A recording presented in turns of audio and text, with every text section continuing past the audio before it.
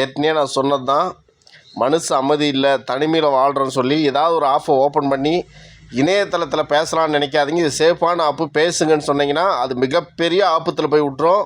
எந்த ஆப்பையும் ஓப்பன் பண்ணி பேசி பிரச்சனையில் போய் மாட்டிக்காதீங்க. முடிஞ்ச அளவுக்கு மனுஷங்களோட பேசுங்க, நேரடியாக இருக்கிற மனுஷங்களோட பேசுங்க. இணையதளத்துக்குள்ளே போய் பேசுனீங்க, உங்கள் வாழ்க்கையை இறுதி ஊர்வலத்தை நீங்களே நடத்த போகிறீங்கன்னு அர்த்தம். அந்த ஆப்பில் பேசுங்க, இந்த ஆப்பில் பேசுங்க, பெண்களோட பேசுங்க, ஆபாசமாக பேசலாம், ஆம்பளோடு பேசலாம், உங்கள் மன பாரத்தை பேசி பேசி குறைப்போம், வீட்டுக்கே ஆள் அமைத்து வைப்போம் அப்படின்லாம் சொல்லுவாங்க. பேசுகிறதுக்கு நல்லா தான் இருக்கும், அருமையாக இருக்கும், நிம்மதியாக இருக்கலாம்டான்னு. ஆனால் என்னத்தை கொண்டு வந்து வைப்பான்னு தெரியாது. சரியா? வரும்போது கேமராவோட கூட வந்துடுவான் வீட்டுக்கு. அதனால் தயவுசெய்து ஒரு சேஃபாக இருங்க. நீ கஷ்டப்பட்டு ஒரு 50-60 வயசு வரைக்கும் சேர்த்து வச்சுருப்பீங்க.